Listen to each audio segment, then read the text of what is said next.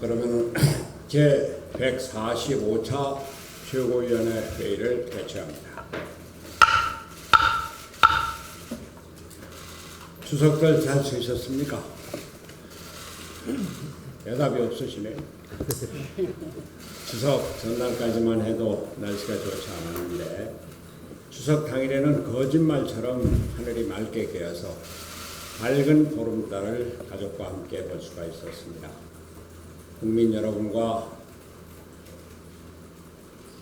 당원 동지 여러분 모두 한가위 보름달을 넉넉하고 풍요롭게 명절을 보내셨으리라고 생각합니다. 바른미래당은 추석 전날과 다음날 궂은 날씨에도 불구하고 조국 장관 임명 철회를 요구하는 촛불 집회를 광화문에서 가졌습니다. 저는 애초에 10사람이라도 좋고 20사람이라도 좋다고 생각을 했지만 전국 각지에서 참여해 주신 국민 여러분과 당원 동지 여러분 덕분에 추석 전야제와 첫 토요 촛불 집회를 성황리에 마칠 수 있었습니다. 이 자리를 빌어 촛불 집회에 함께 해주신 국민 여러분과 지역위원장을 비롯한 당원 동지 여러분 그리고 집회를 준비해 주신 당직자 여러분께 깊은 감사의 말씀을 드립니다. 이번 추석 밥상머리에서 우리 국민들의 화제는 그 무엇보다도 조국 문제였습니다. 가족들 사이에서도 대통령이 왜 그랬을까? 윤석열이 제대로 수사를 할까? 조국이 버티겠는가? 의견들이 분분했습니다. 한 가지 해프닝도 있었습니다. 조국 장관이 임명된 직후 조 장관에는 많은 꽃선물이 배달되었고 윤석열 검찰총장에게는 그 반대 의미로 엿들이 배달되었다고 합니다. 그런데 추석 즈음부터는 대검찰청 앞에 검찰을 응원하는 꽃이 많이 배달되었다고 합니다. 엄정한 수사를 독려하는 국민들의 마음일 것입니다. 정부 여당은 조국 사태가 시간이 지나면서 수그러들 것을 기대하고 있겠지만 그렇지 않습니다. 오늘 새벽 서울중앙지검이 조국 가족펀드 의혹의 핵심 인물인 조국 장관의 오촌 조카에 대해서 구속영장을 청구했다고 합니다. 체포 일주일 전까지도 관련자들과 연락을 취하며 말을 맞추는 등 증거인멸을 시도한 정황이 파악된 것이 결정적이었다고 합니다. 어제는 조 장관의 처남도 소환조사를 받으며 조 장관의 부인인 정경심 교수까지도 소환조사가 전망되는 상황입니다.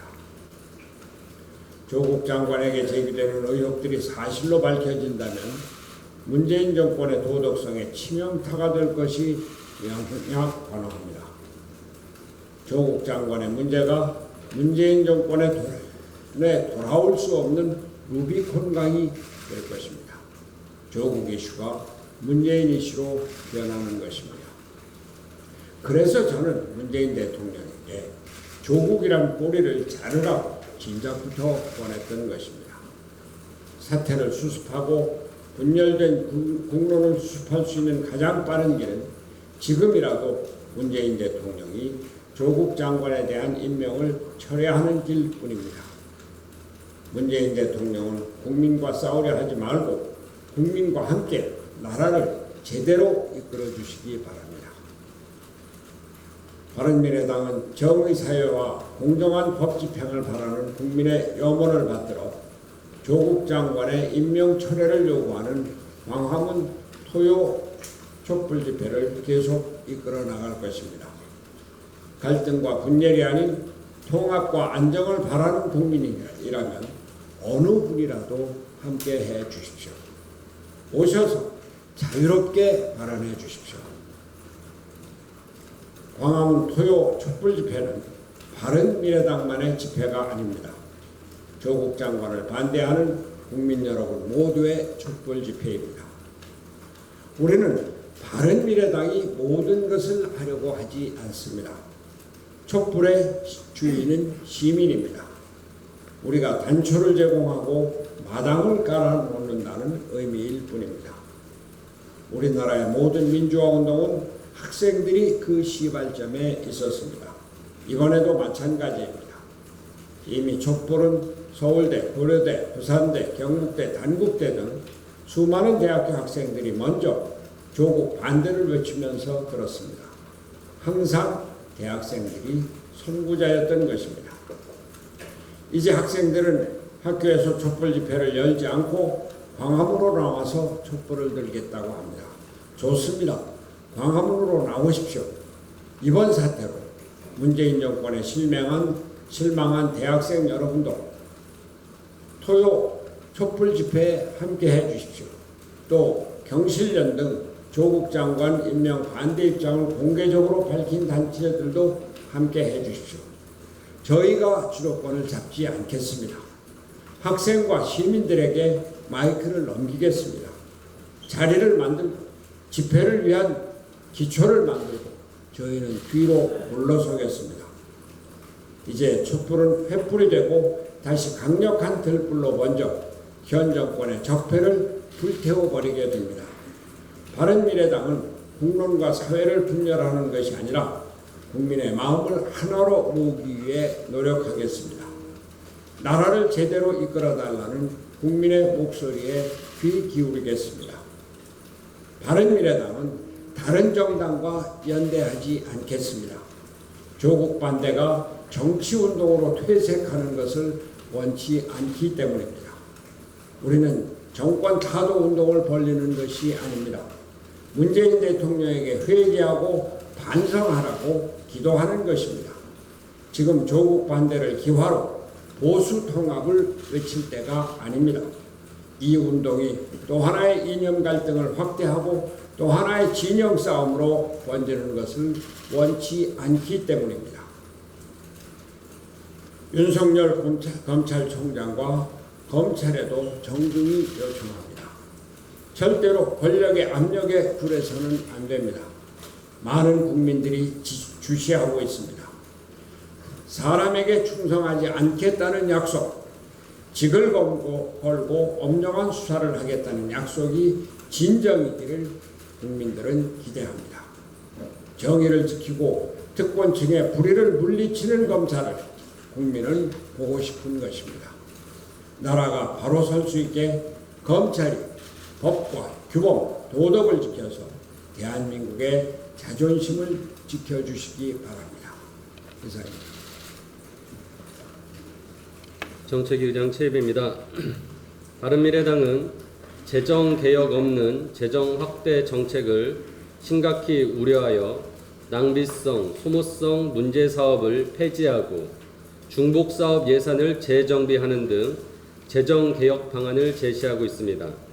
오늘은 매년 똑같은 문제가 지적됨에도 개선되지 않는 브로커가 활개치고 있는 정책자금 지원 사업의 문제점에 대해 지적하고자 합니다. 정부는 일본 수출 규제 조치에 맞서 앞으로 5년 동안 부품 소재 연구 개발에 5조 원이 넘는 예산을 쏟아붓기로 했습니다. 그런데 최근 언론 보도에 따르면 벌써부터 브로커가 활개를 치고 있다고 합니다. 정부 예산을 따내주는 대가로 적게는 수십만 원에서 많게는 지원금의 일정 비율을 컨설팅 비용으로 요구하거나 가짜 연구소를 만드는 방법까지 알려준다고 합니다. 심지어 정부 평가위원이 브로커로 활동하고 있습니다. 전문 정책자금 사냥 브로커들이 난립하는 사업은 이뿐만이 아닙니다. 내년에 5.5조 원을 투입하겠다는 창업 지원 사업에는 이미 인터넷에 창업 사업 계획서만 쳐도 관련 서류를 대필해준다는 광고가 수백 개나 검색됩니다. 창업 지원 사업에도 역시 정부 평가위원이 브로커로 활동하고 있습니다. 또한 정부의 신재생에너지 추진 사업으로 올해에만 약 2,700억 원이 투입되는 태양광 발전 융자 사업에도 관련 업체들이 브로커로 활동하고 있습니다.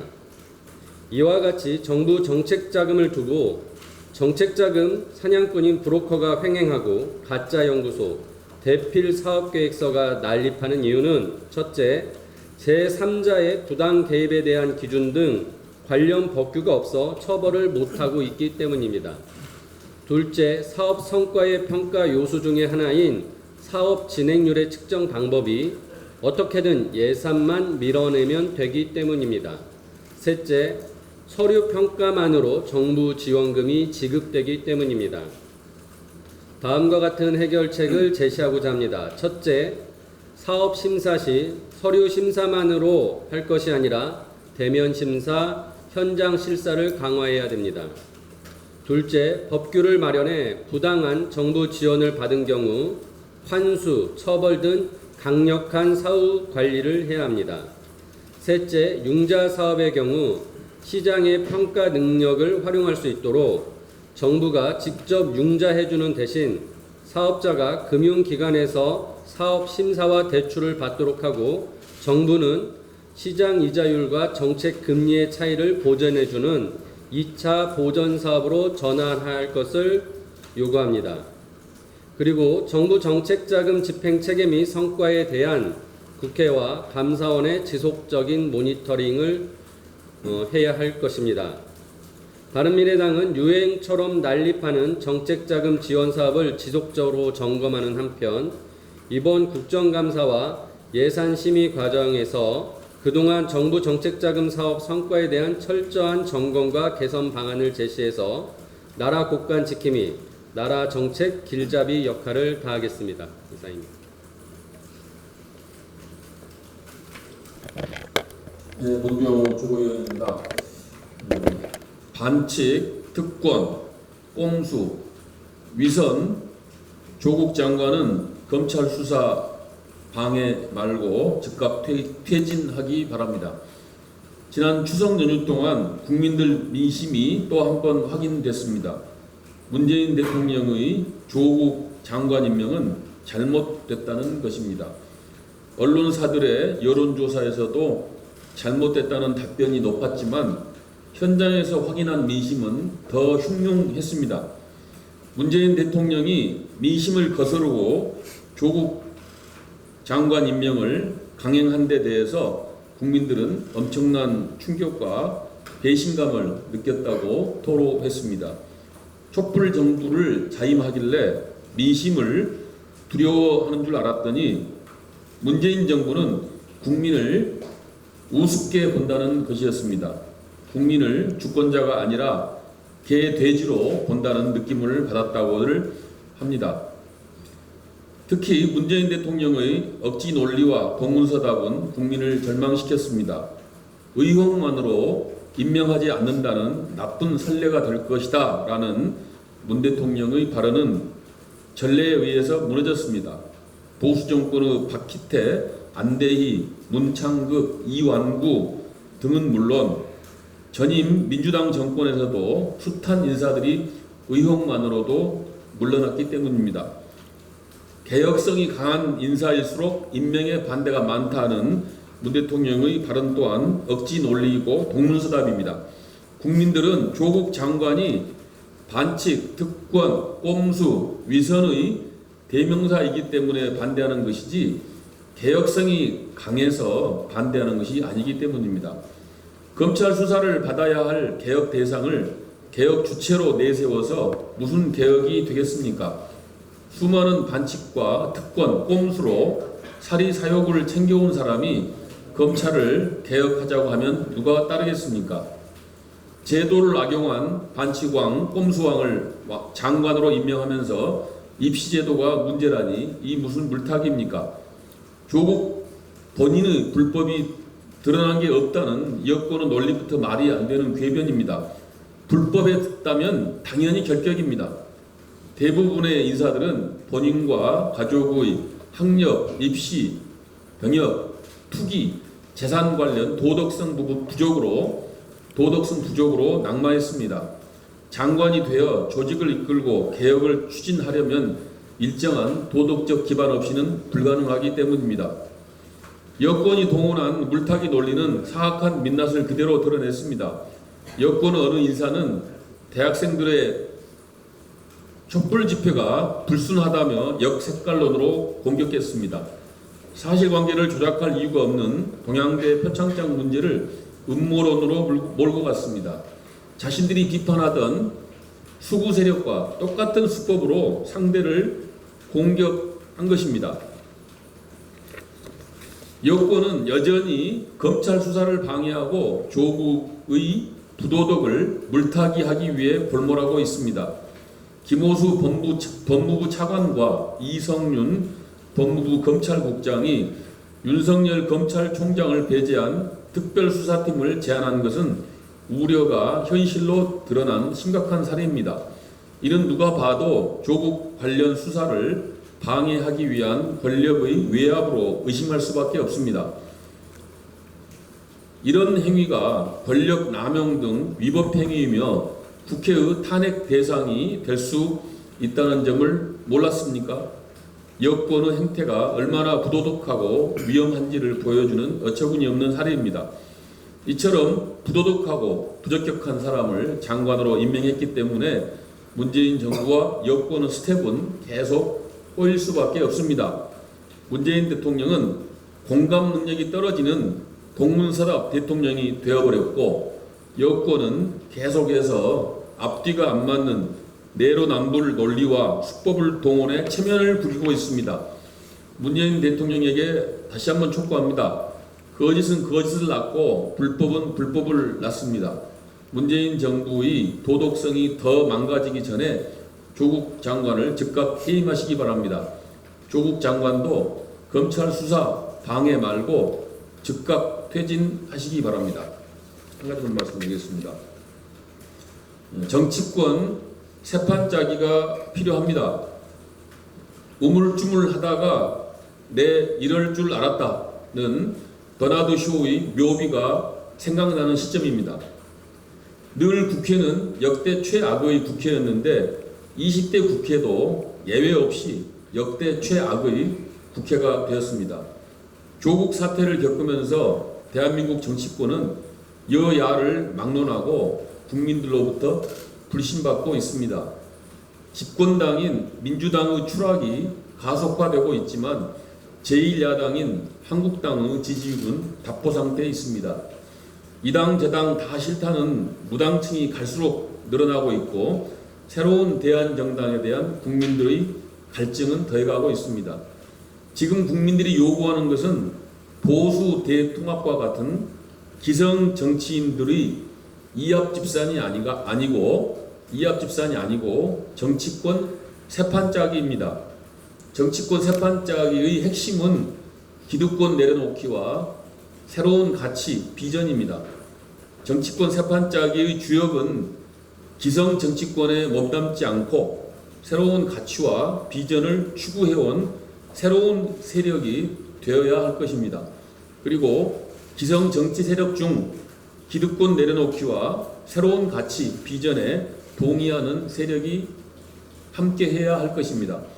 이 관점에서 기성 정치권에서 상대적으로 기득권이 적은 바른미래당이 주목받고 있습니다.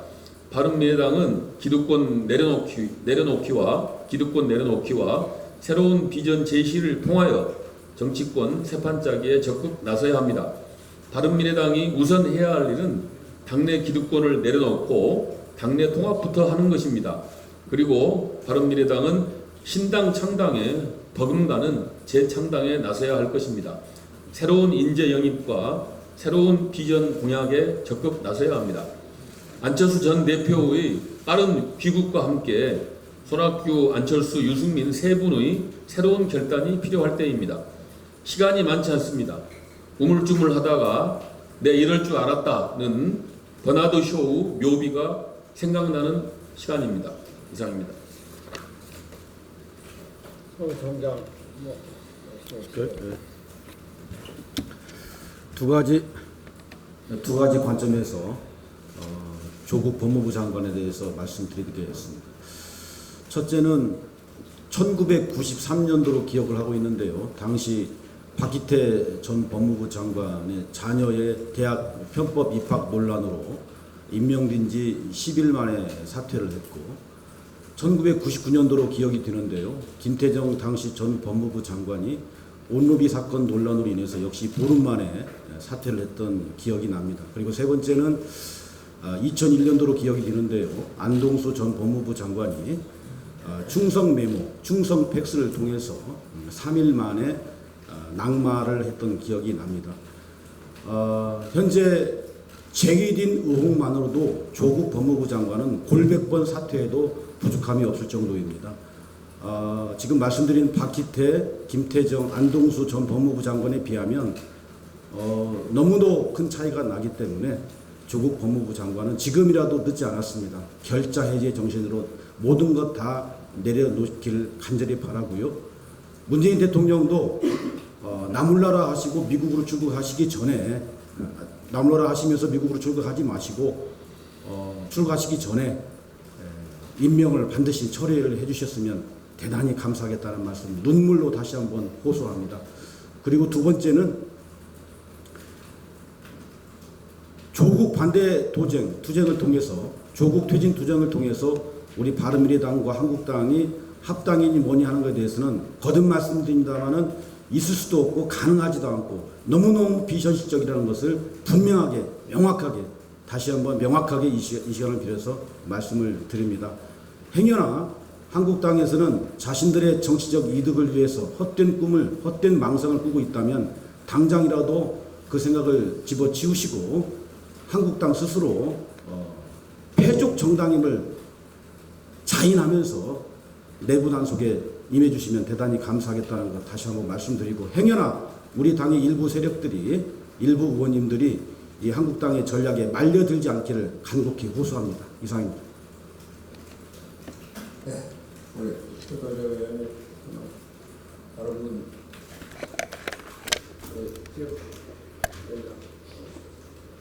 그러면 회의를 비공개로 전환하겠습니다.